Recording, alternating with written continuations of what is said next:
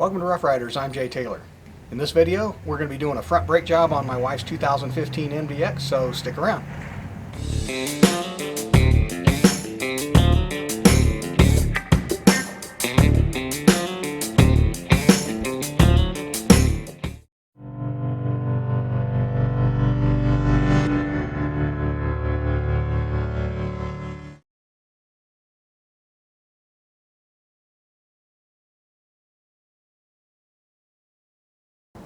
Okay, so the wife's MDX has been pulsating a lot when she steps on the brake.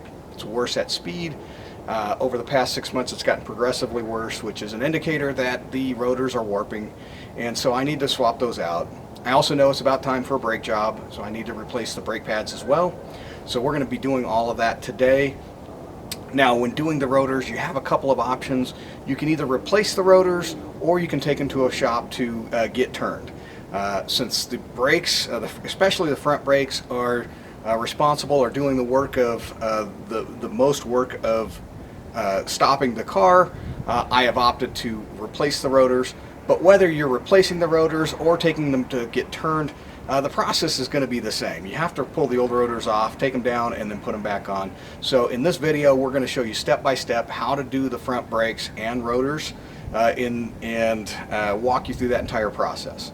But before we start that project, let's take a look at the tools that are required to get this job done. Tools you'll need to complete this job: a socket wrench with a cheater handle or a breaker bar, a torque wrench capable of going from about 50 foot-pounds to about 95 foot-pounds, a C-clamp, a hammer, an impact driver, a 17mm socket, a 19mm socket, a lug wrench or an air hammer, and a jack stand, some jacks, and then a bungee cord. Okay, so I've already set the emergency brake, chocked the rear tires, and put the car up on jack stands. So now I'm going to go ahead and pull the front wheels off.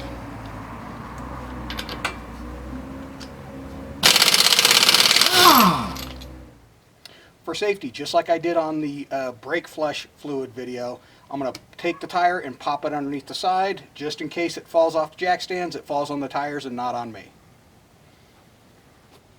So the first thing I'm going to do is I'm going to loosen up the caliper bolts, which are right here. And these are 17mm.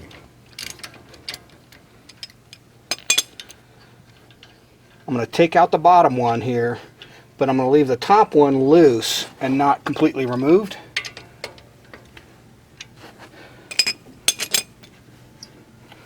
That'll allow me to rotate the caliper up and get the brake pads out. Just like that. And now I can remove the bracket that's holding everything in, and this is held in place by two 19mm bolts there. So I'm just using a little cheater bar that I've got here to give me a little more leverage.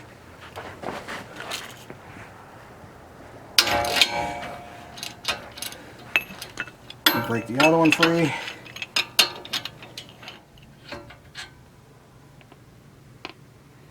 Now before I remove the top one, I'm going to go get a bungee cord so that I can hang this and not put any stress on the brake line.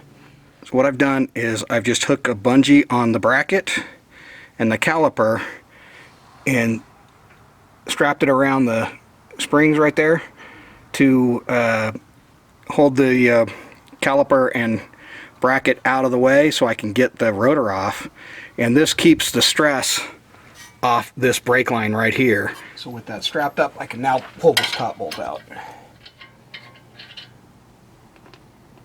So now I can just swing this whole thing out of the way.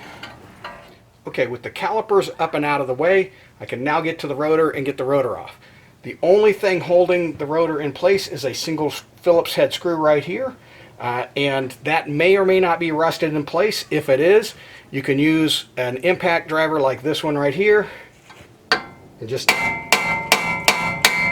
smack it a few times and it should come right out. Now with the screw out, I can pop the rotor off. Now this is got a lot of rust. I've been beating on it a little bit and I can see a bunch of rust on the ground here. So you have a chance that your rotor might be rusted in place, and therefore it might need a little bit of persuasion in order to break it free from the rust and pop it off. But looks like mine is in pretty good shape right now to come off. Now at this point you have an option. You can either take your rotor down and get it to a machine shop and get it surfaced, or you can put an entirely new one on. You know, that's a personal choice, and you know, do what you feel most comfortable with, or what your mechanics or dealership recommends. So here's my new rotor, and I'm going to take, I got the screw hole right here, and I've got the beveled hole right there, so I'm going to line those up and put the rotor on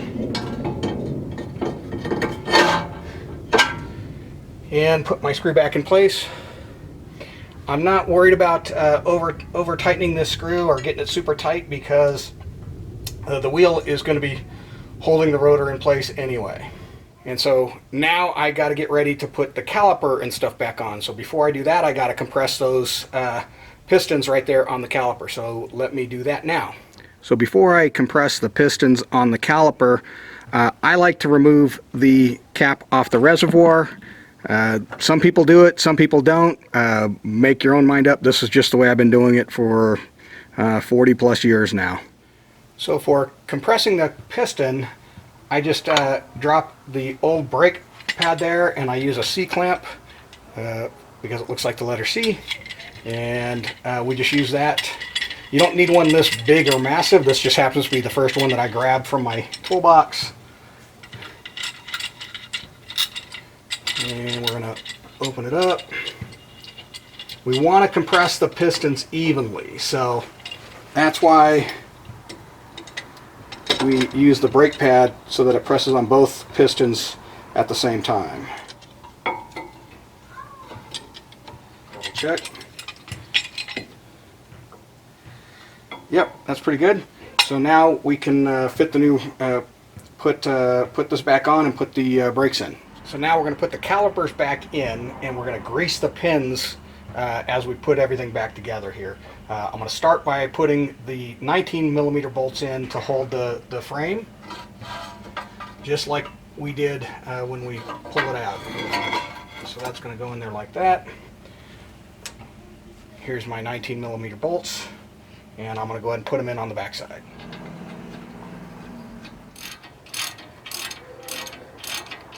So I could not find the defined specs for this particular car, but based upon other cars that I've worked on and stuff, I'm torquing these down to about 95 foot-pounds. These are the bracket bolts.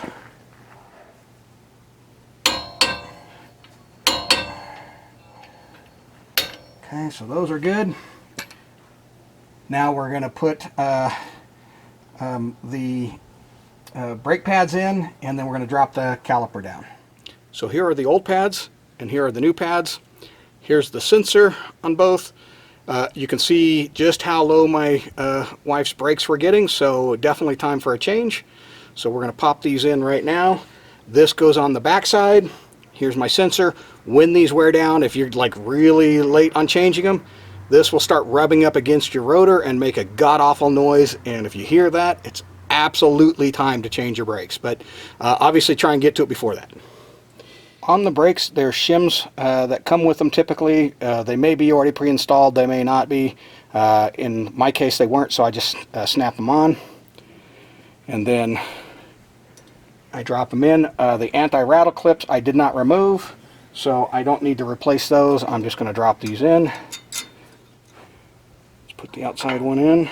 I'm going to put the tension pins back in as well.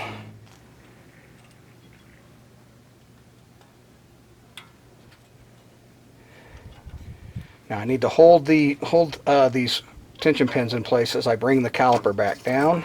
Completely get rid of my bungee cord. There we go. Now I can put my guide pins in.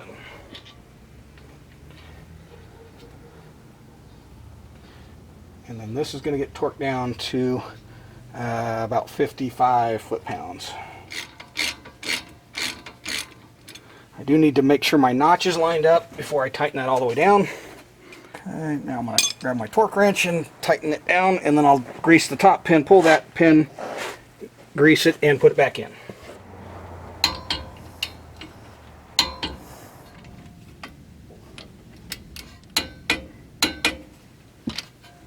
And we are done with this side. One thing to note, that as you compress the pistons, that fluid is going to rise in your reservoir. Here it's right at the top, so I need to get a turkey baster and siphon some of that out before I go compress the pistons on the other side.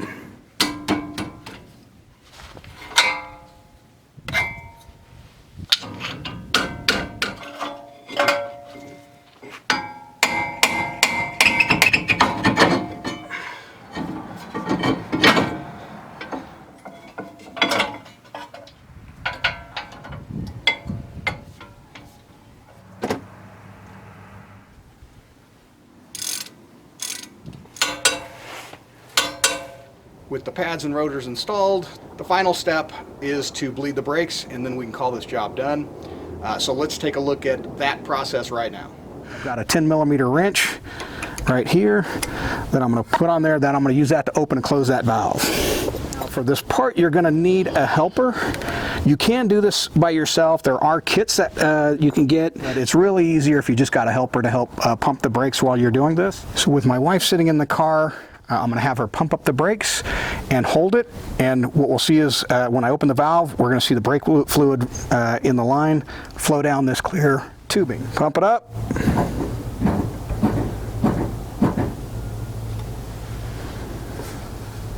Pump it up.